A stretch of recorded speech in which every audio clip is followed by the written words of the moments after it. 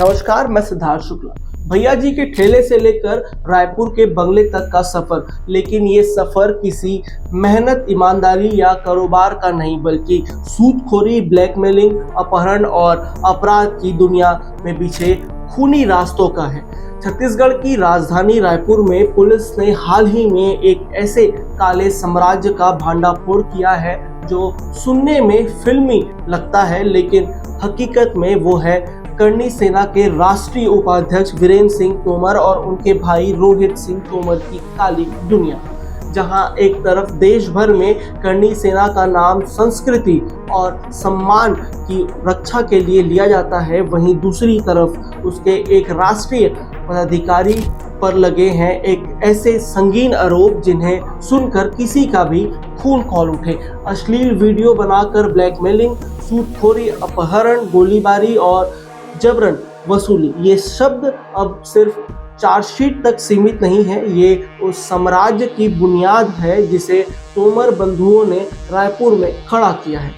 Police की crime branch की विशेष team ने भाटा गांव के ढेबर कॉलोनी में स्थित इन दोनों भाइयों के आलीशान घर पर छापा मारा। 15 घंटे तक चली इस छापेमारी में जो मिला उसने पूरे शहर को हिलाकर रख दिया।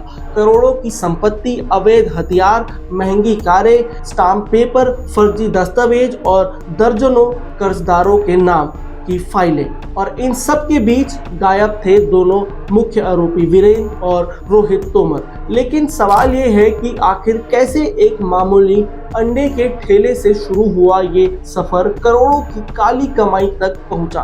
कहानी शुरू होती है टिकरापारा के एक कोने से, जहां वीरेंद्र सिंह तोमर और उसका भाई रोहित एक समय पर ठेले लगाते थे। गरीबी से निकले ये लोग धीरे धीरे छोटे मोटे अपराधों में शामिल होने लगे।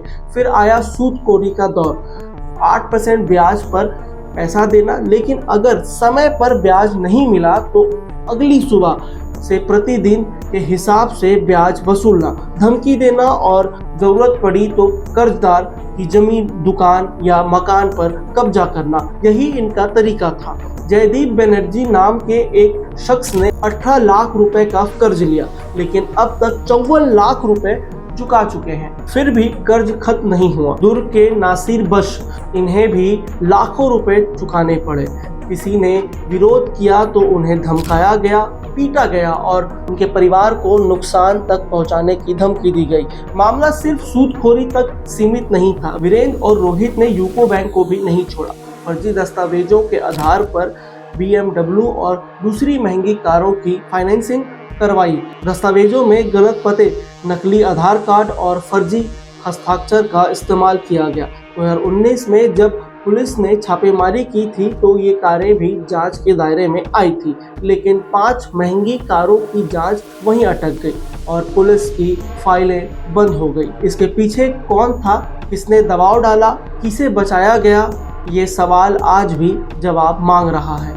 इस कार्रवाई से साफ हो गया कि पुलिस की नाक के नीचे नेताओं और अफसरों की मिलीभगत से ये गैंग सालों से चल रहा था। महंगे बंगले, रिवॉल्वर और तलवारें, स्टाम्प पेपर, कोरे चेक और नोटों की गड्डियां, इनका अपराध का साम्राज्य किसी गैंगस्टर फिल्म से कम नहीं। छापेमारी के दौरान जब क्राइम ब्रांच ने इनके घर का दरवाजा तोड़ा तो जैसे एक एक परत में अपराधों की फाइलें खुलने लगी। घर से स्टाम्प पेपर, दूसरों के नाम से कोरे चेक, अवैध पिस्टल और रिवॉल्वर, तलवारें, नकदी, जेवरात और प्रॉपर्टी पेपर जब्त किए गए। इतना ही नहीं, पुलिस ने जब इन दस्तावेजों की जांच शुरू की तो सामने आया कि कई कर्जदारों की जमीनें हड़प ली गई है। मनीष साहू की जमीन जो तोमर बंधुओं के घर के पास थी, उसे हड़पने के लिए दबाव बनाया गया। जब कोई खरीदार आता तो उसे धमकाकर भगा दिया जाता और इसी तरह से बाकी जमीनें भी उनके कब्जे में चली जाती थी। पुलिस की माने तो अब तक जो सबूत मिले हैं उसके आधार पर साफ है कि सिर्फ 2 भाई नहीं, एक संगठित अपराध सिंडिकेट चला रहे थे। इनके खिलाफ ब्लैकमेलिंग, जबरन वसूली, अपहरण, कर्जा एक्ट और संगठित अपराध के तहत केस दर्ज किए गए। वीरेंद्र सिंह केवल अपराधी नहीं बल्कि करनी सेना का राष्ट्रीय उपाध्यक्ष भी है। यानी एक तरफ जो संस्कृति और संस्कार की बातें करता है और दूसरी तरफ अपराध का नेटवर्क चलाता है।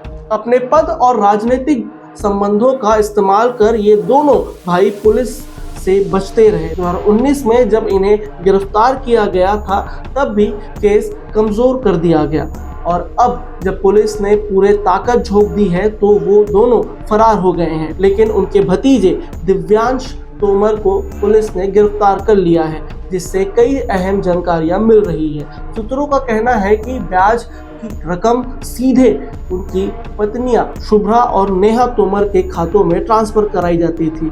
कुछ रकम उनके कर्मचारी योगेश के खाते में भी जमा की जाती थी। यूको बैंक के कर्मचारी जब लोन की वसूली करने पहुंचे तो उन्हें बाउंसरों ने डराया, धमकाया और वापस भेज दिया। पुलिस ने अब अपील की है कि जो कोई भी इनसे प्रताड़ित हुआ हो वो सामने आकर शिकायत दर्ज कराए। हर शिकायत पर कार्रवाई की जाएगी। इस पूरे मामले ने एक बार फिर उस गहरी सच्चाई को सामने ला दिया है कि जब अपराधियों को सत्ता, संगठन और सिस्टम का संरक्षण मिलता है तो वो कानून को भी अपनी जेब में समझने लगते हैं। लेकिन एक कहावत है, अपराध चाहे जितना बड़ा हो एक दिन कानून की पकड़ में जरूर आता है।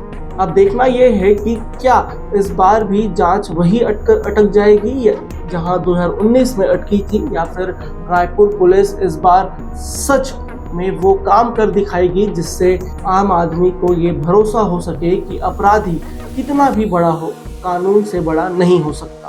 तोमर बंधुओं की गिरफ्तारी कब और कैसे होगी ये आने वाला समय बताएगा, लेकिन एक बात अब तय है, छत्तीसगढ़ की राजधानी में अपराध का जो साम्राज्य सालों से फल फूल रहा था उसका पर्दाफाश अब हो चुका है और अब वक्त है कि ऐसे सफेद पोश गुंडों की असलियत देश के सामने लाई जाए। तब तक के लिए अब मैं इस खबर को यहीं विराम देता हूँ। नमस्कार, मैं सिद्धार्थ शुक्ला, व्यायाम छत्तीसगढ़।